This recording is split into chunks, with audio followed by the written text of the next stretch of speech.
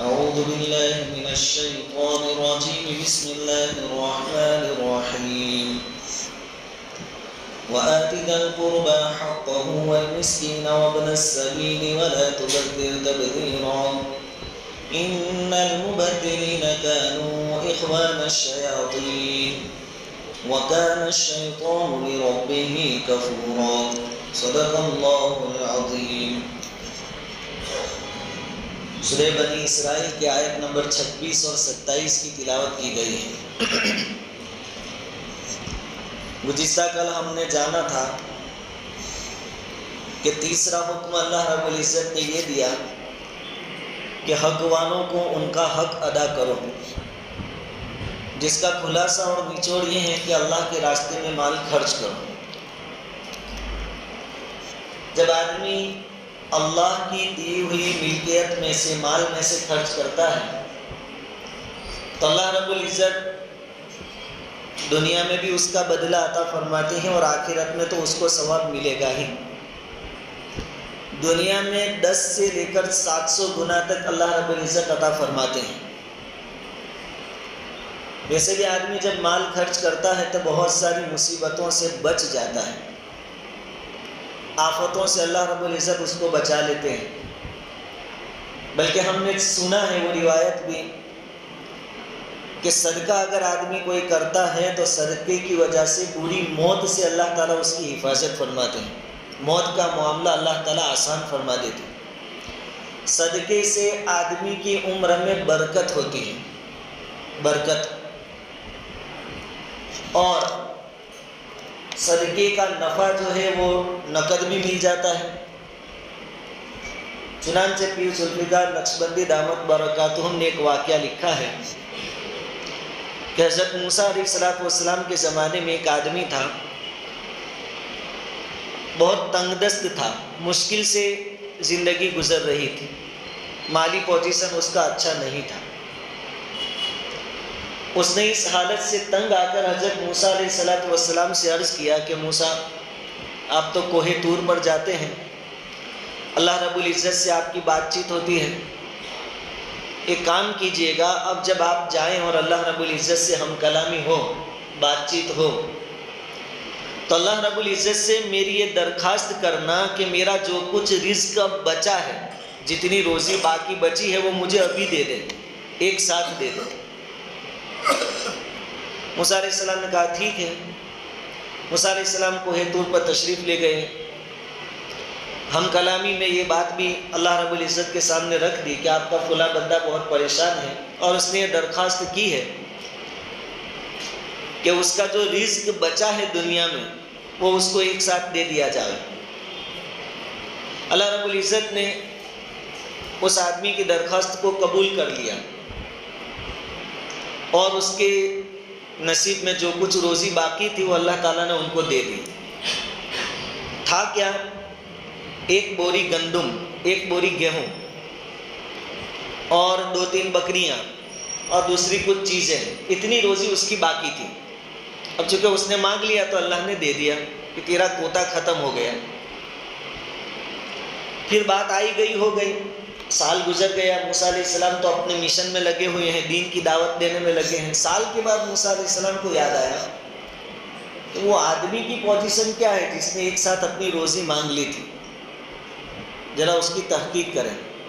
موسیٰ علیہ السلام نے تحقیق کی تو دیکھا کہ وہ آدمی تو بہت مالدار ہو گیا، عالی شان مکان ہے، بکریوں کے کئی ریور ہیں اس کے پاس، اور بہت وسیع اور کشادہ دسترخوان ہے کہ ایک ایک دن میں کئی مہمان آتے ہیں اور کھانا کھا کر جاتے ہیں.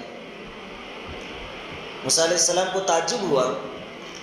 پھر جب کوہ طور پر واپس گئے، اللہ رب العزت سے موسیٰ علیہ السلام نے پھر وہ مسئلہ پھر پوچھا، اس معاملے کے بارے میں پھر دریافت کیا کہ یہ عجیب بات ہوئی کہ اس کے نصیب میں تو ایک بوری گندم اور 2-3 بکریاں تھیں، اب یہ اتنا مالدار ہو گیا، اتنا زیادہ مال و دولت اس کے پاس آ گیا، کیا بات ہے؟ جواب سنیے. اللہ رب العزت نے فرمایا کہ موسیٰ، میں نے جو اس کو دیا تھا وہ اس کے خود کا اتنا ہی تھا، اس کی خود کے واسطے تو اتنا ہی تھا جو اس کو دیا گیا، 1 بوری گندم، 2-3 بکریاں اور وہ. لیکن اس آدمی نے عقل مندی سے کام لیتے ہوئے اس مال کو میرے راستے میں لگا دیا۔ جیسے ہی اس کو وہ ملا، اس نے اس سے لوگوں کی مہمان نوازی شروع کر دی، اللہ کے راستے میں مال خرچ کرنا شروع کر دیا۔ اور یہ موسیٰ میرا وعدہ ہے کہ جو کوئی میرے راستے میں خرچ کرے گا، کم سے کم اس کو 700 گنا تمہیں دنیا میں دیتا ہوں، اور آخرت میں تو بے حساب دوں گا۔ اب وہ میرے راستے میں خرچ کرتا گیا، میں اس کو 700 گنا کے حساب سے دیتا گیا۔ آج آپ دیکھتے ہیں کہ وہ سب سے بڑا مالدار ہو گیا، اب اس کو کوئی خوف نہیں۔ تو آدمی جو مال خرچ کرتا ہے اس کو خوش دلی سے خرچ کرے، اور یقین کامل کے ساتھ خرچ کرے کہ اللہ رب العزت اس کا بدلہ عطا فرمائیں گے۔ ہم جب مدرسے میں پڑھتے تھے بھروچ کنتھاریا میں، تو ہمارے ساتھ بھی ایک ساتھی تھے۔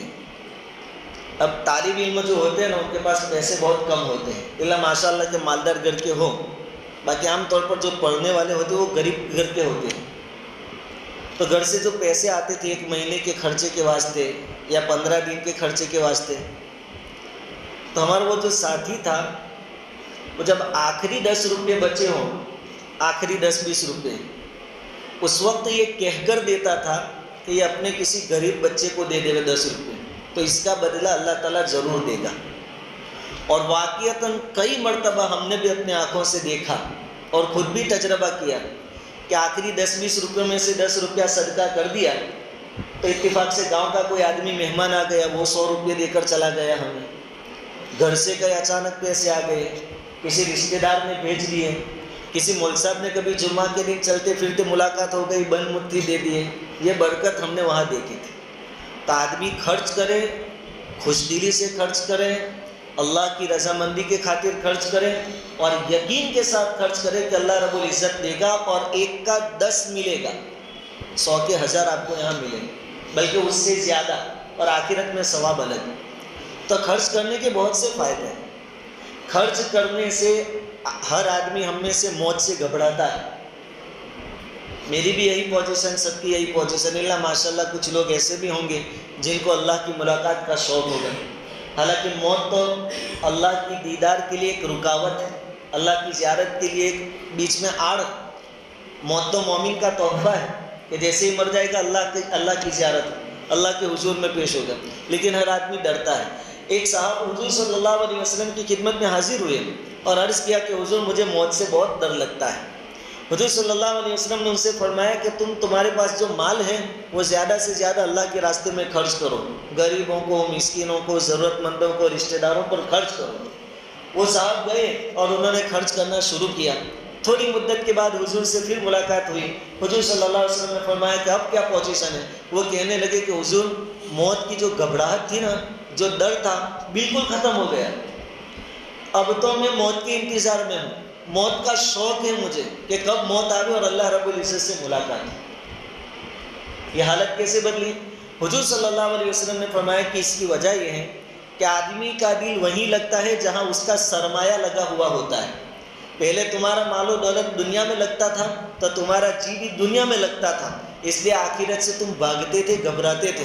اب چونکہ تم نے اللہ کے راستے میں خرچ کر کے اپنے مال کو، اپنے سرمایے کو آخرت میں جمع کروا دیا، تو اب تمہارا دل آخرت میں لگ رہا ہے، اب تم کو آخرت کا شوق پیدا ہو رہا ہے، کیونکہ اپنی سب پونجی، کیپٹل، سرمایہ وہاں لگا ہوا۔ تو خلاصہ کلام یہ کہ آدمی جو کچھ بھی خرچ کرتا ہے اس کے بے شمار فائدے ہیں، بہت فائدے ہیں، اس لیے جب بھی خرچ کرے آدمی دل کھول کر اللہ کے راستے میں خرچ کریں۔ تو اس آیت کے اندر 2 حکم ہیں۔ وَآتِ ذِی الْقُرْبَىٰ حَقَّهُ، رشتہ داروں کو ان کا حق دو، خوشی خوشی دو۔ وَالْمِسْكِينَ، محتاجوں اور مسکینوں کو بھی ان کا حق دو، کبھی ضرورت پیش آتا ہے تمہارے سامنے آ جائے تو ان کو دو تم۔ وَابْنَ السَّبِيلِ، اور مسافروں کو بھی دیتے رہو۔ اب دوسرا حکم، وَلَا تُبَذِّرْ تَبْذِيرًا، اور فضول خرچی مت کرو۔ یہ چوتھا حکم، فضول خرچی۔ فضول خرچی کے لیے قرآن میں 2 لفظ استعمال ہوئے ہیں۔ ایک تو یہاں پر لفظ استعمال ہوا تبذیر، اور دوسرا ایک لفظ ہے اسراف۔ دوسری جگہ اللہ تعالیٰ نے فرمایا قرآن میں وَلَا تُسْرِفُوا، اسراف مت کرو۔ ان اللہ لا يحب المسرفین، اللہ تعالیٰ اسراف کرنے والوں کو یعنی فضول خرچی کرنے والوں کو پسند نہیں فرماتے۔ دونوں کے لیے اردو میں ترجمہ تو فضول خرچی کیا جاتا ہے، لیکن مفسرین نے دونوں میں فرق کیا ہے۔ شریعت ہمیں جس کام سے روکتی ہے وہ دو طریقے کی، ایک ہے تبذیر، تبذیر یعنی فضول خرچی، اور یہ فضول خرچی سے وہ مراد ہے جو ناجائز کاموں میں استعمال کیا جائے۔ 1 روپیہ بھی اگر کوئی آدمی ناجائز اور حرام کام میں استعمال کرتا ہے تو وہ فضول خرچی کرنے والوں میں شامل ہے۔ 1 روپیہ بھی خرچ کرے۔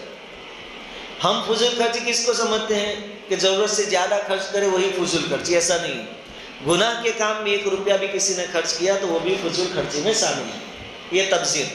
اور دوسرا ہے اسراف، اس کا معنی بھی ہم اردو میں فضول خرچی کرتے ہیں، لیکن اسراف کا معنی مفسرین نے بتایا کہ جائز کاموں میں ضرورت سے زیادہ خرچ کرنا۔ کام جائز، لیکن 500 میں کام ہو جاتا تھا، وہاں 5000 روپے کا خرچہ کیا۔ لڑکی کی شادی ہے، زندگی میں ایک بار آتی ہے، بار بار یہ موقع نہیں آتے، تو 50,000 میں ہو جاتی تھی، وہاں 5 لاکھ روپے خرچ کیے۔ جائز کاموں میں ضرورت سے زیادہ خرچ کرنا یہ بھی فضول خرچی ہے، اور فضول خرچی بہت بڑا گناہ ہے۔ بلکہ آگے کی آیت میں، آیت نمبر 27 میں اللہ تعالیٰ نے فرمایا ان المبذرین کانوا اخوان الشیاطین، فضول خرچی کرنے والے تو شیطان کے بھائی ہیں۔ شیطان کے بھائی یعنی جو انجام شیطان کا ہو سکتا ہے ہوگا وہ ان کا بھی ہوگا، جو جس کے جیسے عمل کرے گا ویسا ان کو بدلہ ملے گا۔ شیطان دوزخ میں جائے گا تو یہ تبذیر اور اسراف کرنے والے بھی اپنا انجام بھگتنے کے لیے کہاں جائیں گے؟ دوزخ میں جائیں گے۔ شیطان سے اللہ ناراض ہوا تو فضول خرچی کرنے والوں سے بھی اللہ ناراض ہوا۔ وَكَانَ الشَّيْطَانُ لِرَبِّهِ كَفُورًا، اور شیطان اپنے رب کا ناشکرا ہے۔ اس آیت میں، آیت کی ایک چھوٹے سے ٹکڑے میں زندگی گزارنے کا ایک بہت بڑا اصول اللہ رب العزت نے ہمیں بیان فرما دیا کہ ہماری زندگیاں فضول خرچی سے پاک ہونی چاہیے، زندگیوں میں ہماری سادگی ہونی چاہیے۔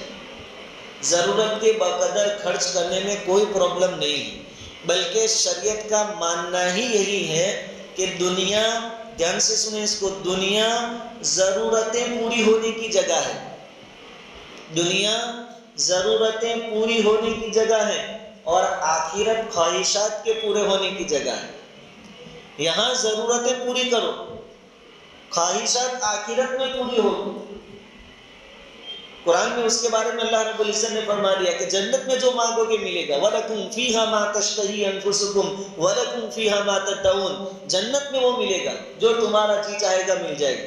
لیکن دنیا میں تو ضرورتیں پوری ہوگی، خواہشات پوری نہیں ہوگی، اور اللہ رب العزت نے بھی سب کی ضرورتیں پوری کرنے کا وعدہ لیا ہے، خواہشات پوری کرنے کا وعدہ نہیں لیا ہے۔ آج کے دور میں جو ہماری پریشانیاں ہیں مالی اعتبار سے، وہ ضرورتوں کے پوری کرنے کے لیے نہیں ہیں، بلکہ خواہشات پورے کرنے کے لیے ہیں، اور رسم و رواج پورے کرنے کے واسطے یہ سب مارا ماری ہے۔ باقی بقدر ضرورت روزی اللہ رب العزت ہر ایک کو دیتا ہے، کیونکہ اللہ نے روزی کا ذمہ اپنے ذمے میں لیا ہے۔ پریشانیاں خواہشات پوری کرنے کی ہیں، اور پریشانیاں رسم و رواج کے پورے کرنے کی۔ تو خلاصہ یہ، اسلام ہمیں سادگی سکھاتا ہے۔ نبی کریم صلی اللہ علیہ وسلم نے بالکل سادگی کے ساتھ اپنی زندگی گزار کر ہمیں بتایا ہے۔ حضور صلی اللہ علیہ وسلم کا کھانا کیسا تھا؟ گیہوں کی روٹی آپ کو نصیب نہیں ہوئی، آپ نے جو کی روٹی کھائی، 2 وقت پیٹ بھر کر کھانا آپ کو نصیب نہیں ہوا۔ اور یہ فقیری جو تھی وہ اختیاری تھی، اللہ رب العزت نے تو آپ کو اختیار دیا تھا کہ اگر آپ چاہیں تو احد کا پہاڑ آپ کے لیے سونے کا بنا دیا جائے۔ مکہ والوں نے بھی آپ کے سامنے آفر رکھی تھی کہ آپ یہ نبوت کا کام چھوڑ دیں، ایک اللہ کی دعوت دینا چھوڑ دیں تو ہم اتنا دیں گے کہ مکہ میں سب سے زیادہ مالدار آپ بن جائیں گے۔ آپ چاہتے تو مالدار بن جاتے، لیکن حضور نے غریبی اختیار کی، کیونکہ امت کا ہر فرد مالدار ہونے والا نہیں تھا۔ حضور مالداری کے ساتھ زندگی گزارتے تو غریبوں کے لیے پھر شریعت پر چلنا مشکل ہو جاتی۔ حضور کا فقر اختیاری تھا۔ حضور کا مکان دیکھیے، ان کے گھروں کی اونچائی کے بارے میں کیا آتا ہے؟ ماں عائشہ رضی اللہ تعالیٰ عنہ کے مکان کے بارے میں کہ آپ ہاتھ یوں اونچا کریں تو چھت کے ساتھ ہاتھ لگ جائے، اتنی اونچائی ہوتی تھی ان کے مکان۔ نماز حضور صلی اللہ علیہ وسلم تہجد کے لیے جب کھڑے ہوتے تو ماں عائشہ سوئی ہوئی ہوتی، جب سجدے میں جانے کی نوبت آتی تو ماں عائشہ کے پیر وہاں ہوتے، حضور ہاتھ مارتے پیر پر، ماں عائشہ اپنے پیر سکیڑ لیتی اور حضور سجدہ کرتے۔ اتنے چھوٹے مکانات میں حضور نے زندگی گزاری، سادگی۔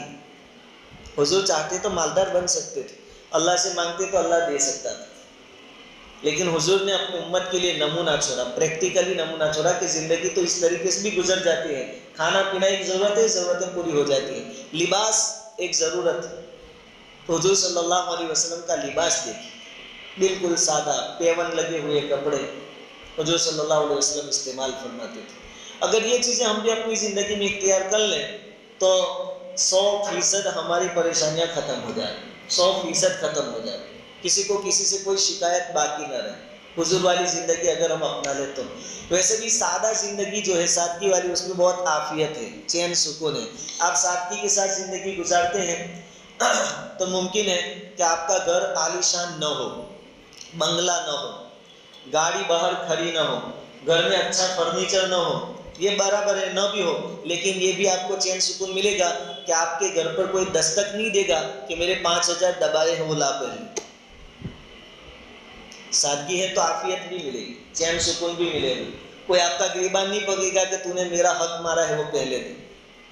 سادگی میں عافیت ہے، اطمینان ہے، اور آج کے دور میں تو ہم دیکھتے ہیں کہ جہاں بھی دولت آتی ہے وہاں جان کا خطرہ ہو جاتا ہے، اٹھا کر لے جاتے ہیں، پھر پیسے مانگتے ہیں، نہیں دینے پر مار بھی ڈالتے ہیں، جان کا خطرہ ہو جاتا ہے۔ زندگی جتنی سادہ ہوگی اتنی زندگی آسان ہوگی، زندگی میں سادگی ہوگی تو زندگی عافیت کے ساتھ گزرے گی۔ اب یہ سادگی حضور صلی اللہ علیہ وسلم نے ہر چیز میں ہمیں سکھائی، ہر چیز میں۔ کھانا، اس میں بھی حضور نے سادگی بتائی کہ بقدر ضرورت کھاؤ، بلکہ حضور کی تعلیم یہ ہے کہ تھوڑے بھوکے رہو، پیٹ کے بھی 3 حصے کرنے کو کہا گیا ہے، ایک کھانے سے پڑھے، دوسرا پانی سے پڑھے، اور تیسرا سانس لینے کے لیے خالی رکھے۔ اس میں بھی ضرورت سے زیادہ کھانے کو بھی حضور نے پسند نہیں فرمایا، بلکہ ابن ماجہ شریف کی روایت ہے، حضرت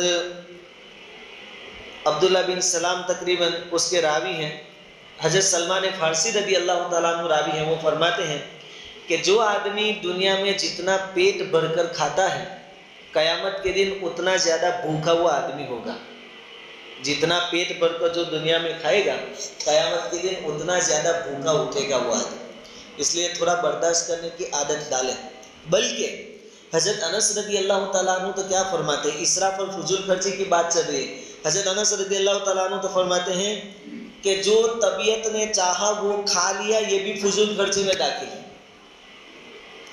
جو چاہا کھا لیا، یہ بھی فضول خرچی میں داخل ہے، یہ بھی آدمی کے لیے اچھی چیز نہیں ہے۔ اس لیے ایک روایت آئی ہے کہ حضور صلی اللہ علیہ وسلم نے فرمایا کہ دنیا کی کوئی چیز نے، کسی چیز کی تم نے خواہش کی اور وہ مل گئی تو سمجھ لو کہ تمہاری پوزیشن اچھی نہیں ہے۔ جو چیز مانگی اور مل گئی، سمجھ لو تمہاری پوزیشن اچھی نہیں ہے۔ اور آخرت کی کوئی چیز تم نے طلب کی اور مل گئی تو سمجھو کہ تمہاری پوزیشن اچھی ہے۔ تو حضرت انس تو کیا فرماتے ہیں کہ جو جی میں آیا کھا لیا وہ بھی فضول خرچی ہے۔ بھائی آج 10-15 دن ہو گئے، چلو پٹھانی کھانے جانا ہے، یہ کھانا ہے، تو آج جا کے کھا لیا۔ حضرت انس فرماتے ہیں کہ یہ بھی اسراف ہے، فضول خرچی۔ حضور صلی اللہ علیہ وسلم کے کھانے کا طریقہ تو یہ تھا کہ لقمہ اگر نیچے گر جاتا تو آپ اس کو جانے نہیں دیتے کہ اب کون اٹھاوے، گندا ہو گیا، مٹی لگ گئی، دھول لگ گئی۔ حضور صلی اللہ علیہ وسلم اس کو اٹھاتے، اس کو صاف کر دیں اور پھر اس لقمے کو کھا جاتے۔ یہ ہوتی ہے سادگی، اور یہی ہے نعمتوں کی قدردانی۔ اس کے مقابلے میں ہمارا طرز عمل، شادی بیاہ کے موقعوں پر 15-15 20-20 آدمی کھا لے، اتنا کھانا تو ہم بگاڑتے ہیں، اتنا ویسٹ کرتے ہیں۔ یہ ہے نعمتوں کی ناشکری، یہ ہے فضول خرچ، یہ ہے اسراف۔ تو کھانے کے بارے میں بھی حضور صلی اللہ علیہ وسلم نے فضول خرچی کو پسند نہیں فرمایا۔ لباس کے بارے میں بھی حضور صلی اللہ علیہ وسلم نے فضول خرچی کو پسند نہیں فرمایا۔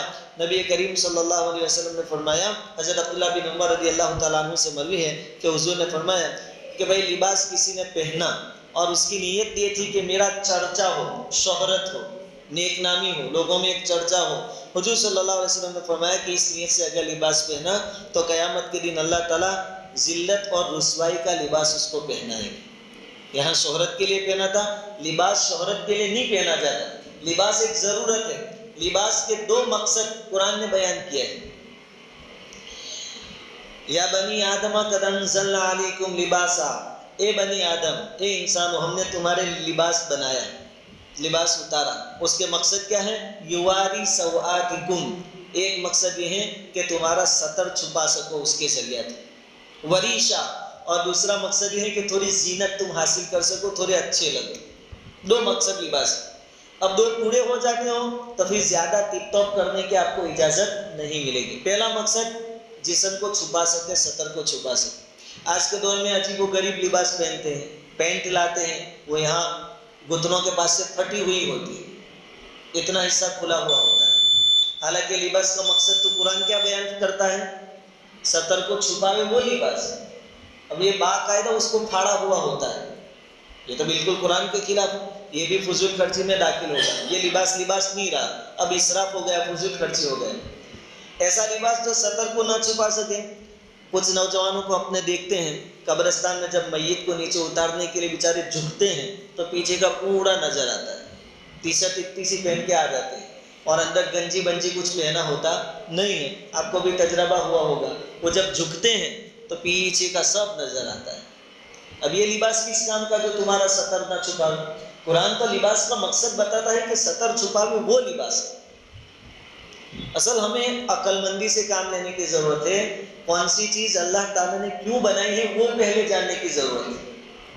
ہم فیشن کے پیچھے دوڑتے ہیں. فیشن کیا ہے؟ بس اس کا مقصد حاصل ہو یا نہ ہو، فیشن ہونی چاہیے. ایسا پتلون پہنیں گے کہ بیت الخلاء میں بیٹھنا مشکل ہو جاتا ہے ان کے لیے، پیشاب کے لیے بیٹھ نہیں سکتے ٹھیک سے، پاخانے کے بعد استنجا نہیں کر سکتے ٹھیک سے، لیکن اس کو پہنیں گے. پہننے میں بھی مشقت، اتارنے میں بھی مشقت، تو بھی اس کو پہنیں گے. کیوں؟ یہ فیشن.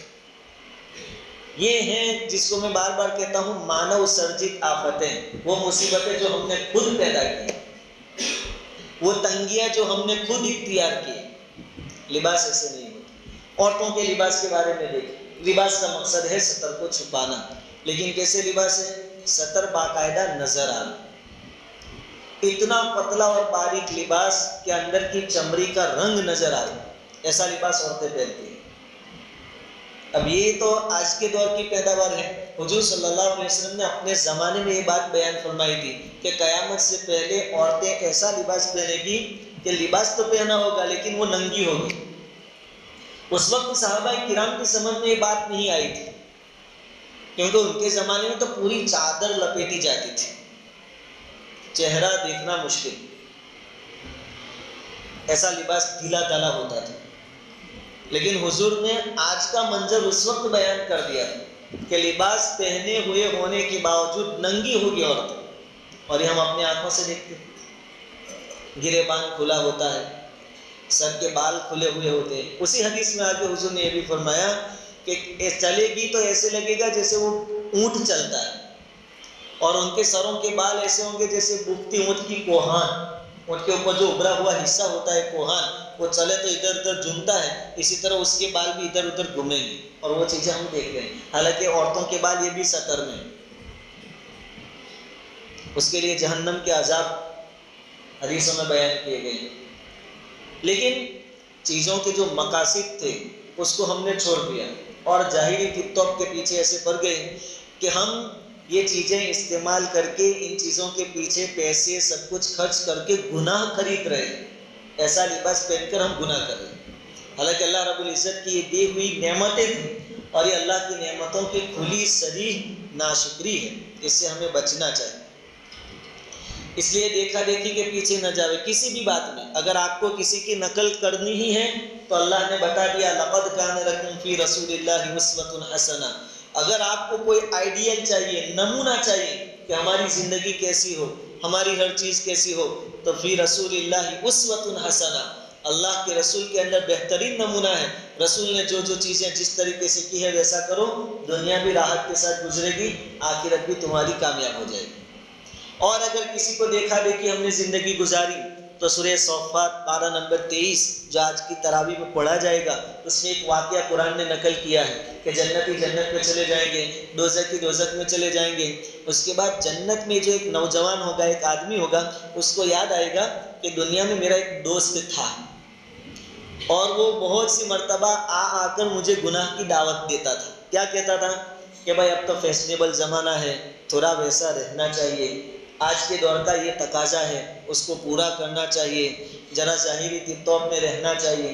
وہ بہت سی مرتبہ اپنے ساتھی کو ورگلاتا تھا، لیکن یہ اپنے ایمان پر مضبوط تھا، اپنے نبی کے طریقوں پر مضبوط تھا، اس نے اپنے دوست کی بات نہیں مانی، تو اس کو تمنا ہوگی کہ میں اس کی پوزیشن دیکھوں کہ اس کا کیا حال ہے۔ قرآن نے اس کو نقل کیا، قال هل انتم مطلعون، اس سے پوچھا جائے گا کہ تجھے وہ ساتھی دیکھنا ہے، وہ کہاں ہے؟ تو کہے گا ہاں۔ فاطلع، وہ دیکھے گا، فرآہ فی سواء الجحیم، جہنم کے بیچوں بیچ میں وہ آدمی عذاب میں گرفتار ہو جو گناہ کی دعوت دیتا رہتا تھا۔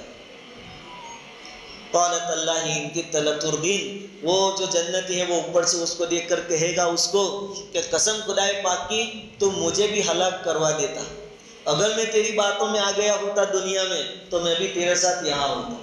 اللہ کا شکر ہے کہ میں نے تیری باتیں دنیا میں مانی نہیں، اس لیے میرے ٹھکانے میں اور تیرے ٹھکانے میں زمین آسمان کا فرق۔ ولولا نعمت ربی لکنت من المحتدین، اگر اللہ کا فضل مجھ پر نہ ہوتا اور میں تیری باتوں میں آ جاتا تو میرا انجام بھی تیرے جیسا ہوتا۔ اس لیے کسی کے دیکھا دیکھی کوئی کام نہیں کرنا چاہیے۔ حضور کا نمونہ آئیڈیا ہمارے سامنے ہے، اسی کو فالو کرنا چاہیے۔ دوسری جگہ بھی قرآن نے بیان فرمایا ہے کہ دوست کی طریقوں پر چلا کرتا ہے، تو قرآن نے ان لوگوں کا بیان کیا حال کہ کل قیامت کے دن کہیں گے یا لیتنی اتخذت مع الرسول سبیلا، کاش میں رسول کے طریقوں پر چلتا، فلانا خلیلا، اور فلاں کو میں دوست نہ بناتا، فلاں کے ساتھ دوستی نہ کرتا، فلاں کے طریقوں پر میں نہ چلتا، تو آج میں کامیاب ہوتا، مجھے دوزخ میں جانا نہ پڑتا، عذاب بھگتنا نہ پڑتا۔ تو لباس میں بھی فضول خرچی کو شریعت نے برداشت نہیں کیا ہے۔ اب یہ تو کھانا پینا یہ تو ہماری ضرورتیں، دینی کاموں میں بھی شریعت نے فضول خرچی کو پسند نہیں کیا۔ دینی کاموں میں ایک صحابی ہے حضرت قیس رضی اللہ تعالیٰ عنہ، ان کا نام ہے ثابت بن قیس، پورا نام ہے ثابت بن قیس۔ انہوں نے ایک ہی دن میں کھجور کے 500 درخت پر سے پھل اتارے، یعنی کھجور اتروائے 500 درختوں پر سے، اور سارا کا سارا ایک ہی دن میں خرچ کر دیا، ایک ہی دن میں خرچ کر دیا۔ اور ایسا خرچ کرنے پر آ گئے کہ اپنے گھر والوں کے لیے بھی تھوڑا بچایا نہیں۔ نبی کریم صلی اللہ علیہ وسلم کو جب اس بات کی خبر ہوئی، حضور صلی اللہ علیہ وسلم نے ناراضگی کا اظہار فرمایا، کہا کہ ایسا آپ کو نہیں کرنا چاہیے تھا، اور اس پر قرآن کی آیت بھی اتری، وَلَا تُسْرِفُوا، اسراف مت کرو، کم سے کم اپنی ضرورت کا تو خیال کرو۔ اور اتنا دے دیا کہ اپنے گھر والوں کے پاس کچھ نہیں رہا، قرآن نے بھی اس سے منع فرمایا۔ دینی کاموں میں بھی ضرورت سے زیادہ کو اللہ رب العزت پر، ہاں تم ایسی پوزیشن پر ہو کہ تم پھر بھوک پیاس سب کچھ برداشت کر سکتے ہو، جیسا کہ حضرت شیخ نے لکھا ہے فضائل صدقات میں کہ سب کچھ دے دینے کے بعد بھی آپ کو اللہ پر بھروسہ ہے، آپ پھر دل ہی دل میں افسوس نہیں کریں گے کہ یار نہیں دینے کا تھا، غلط دے گیا، ایسا نہیں کرنا چاہتا۔ ایسا نہیں ہے، آپ کا ایمان مضبوط بن گیا تو آپ دے سکتے ہیں۔ وضو کرنا یہ بھی ایک دینی کام ہے، اس میں بھی حضور صلی اللہ علیہ وسلم نے ضرورت سے زیادہ پانی بہانے سے منع فرمایا ہے، بلکہ حضور صلی اللہ علیہ وسلم نے ارشاد فرمایا کہ آدمی سمندر کے کنارے پر بیٹھ کر کیوں وضو نہیں کر رہا، تو ابھی اس کے لیے جائز نہیں کہ ضرورت سے زیادہ پانی استعمال کرے، کہ 3 مرتبہ کی وجہ 15-20 مرتبہ عصر سے مغرب تک کرکٹ کھیلتے رہے اور مغرب کی نماز میں آئے اور پھر بڑا دھول صاف کر رہے ہیں، یہاں پانی لے لے کر، اس کی اجازت نہیں ہے۔ حضور نے خود تالاب کے کنارے سے وضو کرنے کا موقع آیا تو برتن میں پانی لیا، حضور نے ڈائریکٹ وضو نہیں کیا، برتن میں پانی لیا اور اس میں سے وضو کیا، اور اس میں سے بھی جو پانی بچا اس کو واپس تالاب میں ڈال دیا۔ اتنا پریکٹیکلی اور عملی طور پر حضور نے ہمیں بتایا ہے۔ پہلے زمانے میں جب سویدھائیں کم تھیں تو ان سنتوں پر اور شریعت کے طریقوں پر عمل کرنا تھوڑا آسان تھا۔ اب جیسے جیسے فیسلٹیز بڑھ رہی ہیں، سویدھائیں بڑھ رہی ہیں، فضول خرچی بھی بڑھ رہی ہے۔ اب یہ نل، آپ اس پر وضو کریں گے تو 3 مرتبہ چہرہ دھونا، 3 مرتبہ ہاتھ دھونا، 3 مرتبہ پیر دھونا، اس میں پرابلم ہو جائے گی۔ چہرے میں تو آپ 3 بار دھو سکو گے، لیکن ہاتھ 3 بار دھونے میں آپ کو سمجھ نہیں آئے گی کہ ایک بار کب ہوا، دوسری بار کب ہوا، تیسری بار کب ہوا۔ پانی آدمی لگاتار بہاتا جا رہا ہے، دوسرا ہاتھ پھیرتا جا رہا ہے۔ اگر حوض ہو تو آپ 3 مرتبہ الگ سے پانی لے کر دھو سکتے ہیں۔ دوسری بات کہ آپ نے چہرہ دھونے کے لیے چلو بھر کر پانی لیا اور آپ چہرہ دھو رہے ہیں، اتنی دیر وہ نل چالو ہے، وہ پانی چالو تھا، پانی بیکار کا ویسٹ ہو رہا ہے۔ پیڑ دھو رہا ہے آدمی 3 مرتبہ کی سمجھ ہی نہیں آتی، بس ڈالے جا رہا ہے، دوسرے ہاتھ سے اس کو مسلتا جا رہا ہے، ڈالے جا رہا ہے، یہ ضرورت سے زیادہ پانی پہ ہے۔ وضو کی سنتوں میں تو یہ ہے کہ ہاتھ مثال کے طور پر دھونا ہے تو دھونے کی شروعات یہاں سے کر لیں، یوں ہاتھ دھو لیں۔ اب نل پہ آپ یوں رکھ لیتے ہیں، یہاں سے شروعات کرنی چاہیے یوں کر کے، لیکن نل اس پوزیشن میں ہے کہ آپ پہلے کونی پر سے پانی بہا رہے ہیں، تو یہ سنتیں اور آداب جو ہے ہمارے فوت ہو رہے ہیں۔ لیکن ان سب چیزوں کا اگر کوئی آدمی دھیان رکھے، گھر میں برتن میں پانی لے کر وضو کر کے آوے، تو آدمی آسانی سے ان تمام سنتوں پر اور آداب پر عمل کرنا چاہے تو کر سکتا ہے۔ حضور صلی اللہ علیہ وسلم تو غسل میں بھی بہت کم پانی استعمال کرتے تھے۔ ایک سا کے بارے میں آج کے دور کے وزن کے حساب سے 3.5 لیٹر لکھا ہے، 3 لیٹر اور اوپر تھوڑا پانی، اتنے میں پورا غسل ہو جاتا تھا۔ 3.5 لیٹر میں تو ہم خالی ہاتھ منہ دھوتے ہیں کھیل کر آنے کے بعد، لیکن اتنے پانی میں تو حضور صلی اللہ علیہ وسلم کیا کر لیتے تھے؟ پورا غسل کر لیتے تھے۔